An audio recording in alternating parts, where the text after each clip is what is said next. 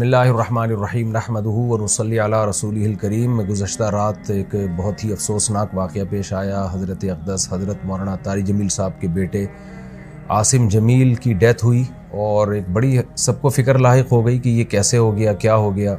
अब उनके बेटे का मौलाना यूसुफ जमील साहब का बयान सामने आया है कि उसने ख़ुद को गोली मार के हलाक किया और डिप्रेशन का वो पेशेंट था।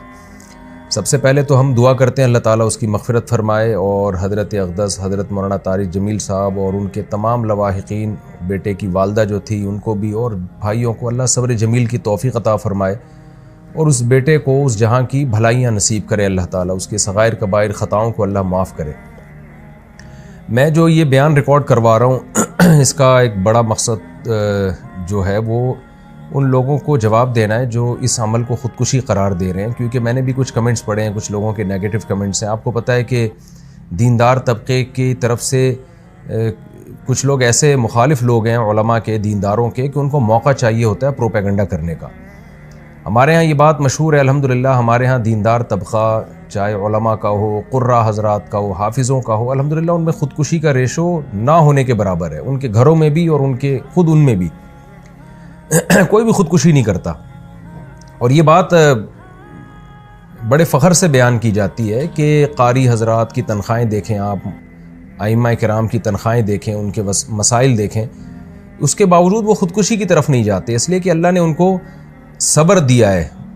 और याक़ूब अलैहिस्सलाम को हम देख लें ना कि सारी ज़िंदगी बेटे के गम में रोते रहे मगर ख़ुदकुशी की तरफ नहीं गए। तो यहाँ बहुत से लोग ये सवाल उठा रहे हैं कि इतना दीनदार घराना और बेटे ने ख़ुदकुशी कर ली। इसका जवाब मौलाना यूसुफ जमील साहब की तरफ से अल्हम्दुलिल्लाह आ चुका है कि वो भाई डिप्रेशन का पेशेंट था, वो उसको इलेक्ट्रिक के झटके दिए जाते थे, मेडिसिन खाता था वो, और डॉक्टरों ने ये भी हिदायत की हुई थी कि इसके पास कोई ना कोई रहना चाहिए, कुछ भी कर सकता है। तो ये जवाब मैं समझता हूँ काफ़ी है उन लोगों का मुंह बंद करने के लिए जो इस अमल को ख़ुदकुशी करार दे रहे हैं। लेकिन आपको पता है जो फितना परस्त लोग होते हैं उनको बातें करनी है। बाज़ लोग ये भी तबसरा कर रहे हैं कि हर ख़ुदकुशी डिप्रेशन में ही होती है, टेंशन में ही होती है, खुशी में तो कोई भी ख़ुदकुशी नहीं करता। तो देखें ये टॉपिक डॉक्टरों का है, डॉक्टर बताते हैं और हमने मुशाहिदा भी किया है कि डिप्रेशन दो तरह की होती है। एक डिप्रेशन तो आम लोग जो दुनिया की मोहब्बत में डिप्रेशन में गए हुए हैं, एक डिप्रेशन वो होती है जो किसी दिमागी बीमारी की वजह से होती है। इसमें दीनदार लोग भी मुब्तला हो सकते हैं और इसका इलाज ये नहीं है कि उसको सब्र की तलकीन की जाए, इसका इलाज मेडिसिन होती है। दिमाग में कुछ केमिकल आगे पीछे हो जाते हैं। ऐसे बहुत सारे पेशेंट हमने अपनी ज़िंदगी में देखे हैं, बहुत अच्छे लोगों को जिन्होंने बड़ी बड़ी टेंशनें झीली हैं, बर्दाश्त की हैं, लेकिन वो बैठे बैठे डिप्रेशन में चले जाते हैं। मेडिसिन लेते हैं तो सेट हो जाते हैं, वो दिमाग के कुछ केमिकल हैं जो आगे पीछे हो जाते हैं। यही वजह है, और ये नई बीमारी नहीं है, सदियों पुरानी बीमारी है। यही वजह है कि उलमा किराम ने ये मसला तलाक़ के मसाइल में बयान किया और कत्ल क़िसास वग़ैरह के मसाइल में बयान किया कि इंसान पर कुछ कैफ़ियत ऐसी आ जाती है कि जिसमें वो अपने कौल व अमल का ज़िम्मेदार नहीं होता और उसके कौल व अमल पे उसको ना गुनाह मिलता है, ना उसको दुनिया में सज़ा मिलेगी, ना आखिरत में सज़ा मिलेगी। ये वो जब है जब इंसान की दिमागी सलाहियत काम करना छोड़ दे। तलाक़ आपको मालूम है कितना हसास मामला है, शदीद गुस्सा में भी अगर इंसान हो तो तलाक़ वाक़ हो जाती है। सलासुन जिद्दुहुन्न जिद्दुन व हज़्लुहुन्न जिद्दुन, इस हदीस की रोशनी में। लेकिन उलमा ने बयान किया कि अगर कोई डिप्रेशन का पेशेंट है और उसके पास क़राइन है और वो उसका दिमाग सही काम नहीं कर रहा, ऐसी सूरत में वो बीवी को 100 तलाक़ें भी दे देगा तो नहीं होंगी, इसलिए कि उसका दिमाग ही काम नहीं कर रहा है ऐसे मौके पे। तो जब तलाक़ जैसे मसले में हम उलमा किराम आज से सदियों पहले एक स्ट्रेस और डिप्रेशन का मरीज़ जिसका दिमाग काम करना छोड़ दे, उसके इस अमल को तलाक़ करार नहीं देते। वो ज़बान से कुफ्रिया कलिमात अगर ज़बान से निकालेगा तो वो काफिर नहीं होगा। हालांकि कुफ्र तो मजाक में भी अगर आप कुफ्रिया कलिमात ज़बान से निकालते हैं तो आप काफिर हो जाते हैं, लेकिन इतना बड़ा जुर्म भी माफ़ कर दिया अल्लाह ताला ने अगर उसका दिमाग काम नहीं कर रहा। तो ऐसे ही खूब समझ लें कि ऐसा डिप्रेशन का मरीज़ अगर किसी को कत्ल कर देता है या अपने आप को कत्ल कर देता है तो वो ना दुनिया में मुजरिम है, ना अल्लाह के यहाँ वो मुजरिम है। उसमें मलामत करना और किसी को बुरा भला कहना या कोई नेगेटिव बातें करना, ये जो बातें करने वाले लोग हैं वो मुजरिम हो जाएंगे।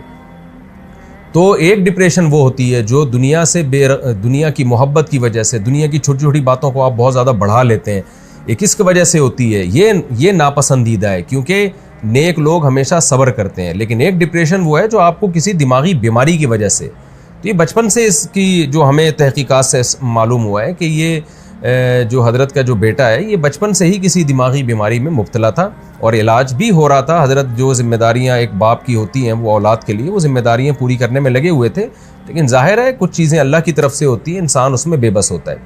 तो हम सब इस गम में हज़रत के साथ बराबर के शरीक हैं और हम सब दिल से दुआ करते हैं अल्लाह ताला हज़रत के इस बेटे को उस जहाँ की भलाइयाँ नसीब करे और उस जहाँ की खुशियाँ नसीब करे, और जो भी उनके रिश्तेदार और लवाहिकीन हैं अल्लाह ताला उन सब को सब्र जमील की तौफ़ीक़ अता फ़रमाए, और जो मनफी कमेंट्स करने वाले लोग हैं अल्लाह ताला उनको हिदायत दे। और मैं फिर दोबारा अपनी बात को रिपीट करता हूँ कि इस अमल को ख़ुदकुशी करार देना ये किसी भी तरह से ये बात दुरुस्त नहीं है और ये एक इल्ज़ाम है, और जिस इस इल्ज़ाम का जवाब आपको क़यामत के दिन देना पड़ेगा। ऐसी और इस्लामिक वीडियो और बयानात के लिए हमारे चैनल राज़िक जियाद ऑफिशियल को सब्सक्राइब करें।